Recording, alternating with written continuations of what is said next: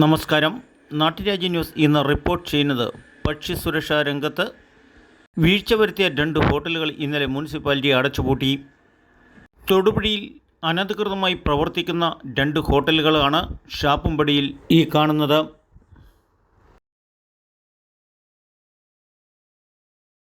ഇവിടെ നിന്നും തള്ളപ്പെടുന്ന മലിനജലം കൊണ്ടും മാലിന്യങ്ങൾ കൊണ്ടും ഈ പ്രദേശം മുഴുവനും മലിനമാവുകയാണ്.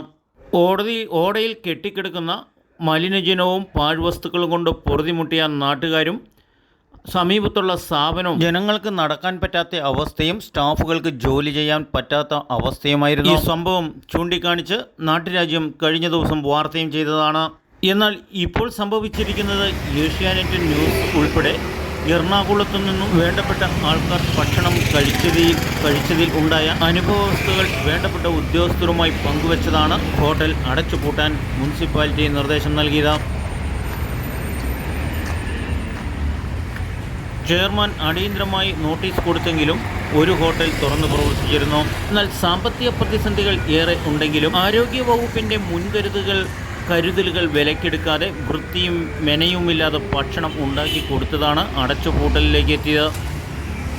അടച്ചുപൂട്ടിയതിനു ശേഷം ആ പ്രദേശം വൃത്തിയായി തന്നെയാണ് കിടക്കുന്നത് എന്നാണ് ഓട്ടോറിക്ഷക്കാരും പറയുന്നത്. കാണുക അടച്ചുപൂട്ടലിന് കാരണമായ ഹോട്ടലുകളുടെ പരിസരവും ഈ ഹോട്ടലിൽ നിന്ന് പരിസര പ്രദേശത്തേക്ക് ഒഴുകുന്ന ഓടയും ദുർഗന്ധം കൊണ്ട് പൊറുതിമുട്ടിയപ്പോഴാണ് പല പരാതികളുടെ അടിസ്ഥാനത്തിലാണ് ഉദ്യോഗസ്ഥർ ഇപ്പോൾ കർശന നിയമ നടപടികൾ എടുത്തത്. ഈ കാണുന്നത് വിവാദമായ ഈ ഹോട്ടലിന് ഉള്ളിൽ ഭക്ഷണം സൂക്ഷിച്ചിരിക്കുന്ന ഫ്രിഡ്ജാണ്.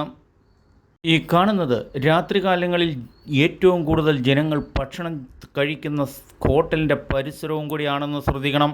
ഡെങ്കിപ്പനി ഉൾപ്പെടെ ഇതിൻ്റെ സമീപത്തുള്ള വാർഡുകളിൽ ഉണ്ടായതായിട്ടാണ് ആരോഗ്യവകുപ്പും പറയുന്നത്. നാട്ടുരാജ്യ ന്യൂസിനു വേണ്ടി ക്യാമറയാൻ റിപ്പോർട്ടിംഗ് തൊടുപുഴയിൽ നിന്നും കെ വിജയൻ.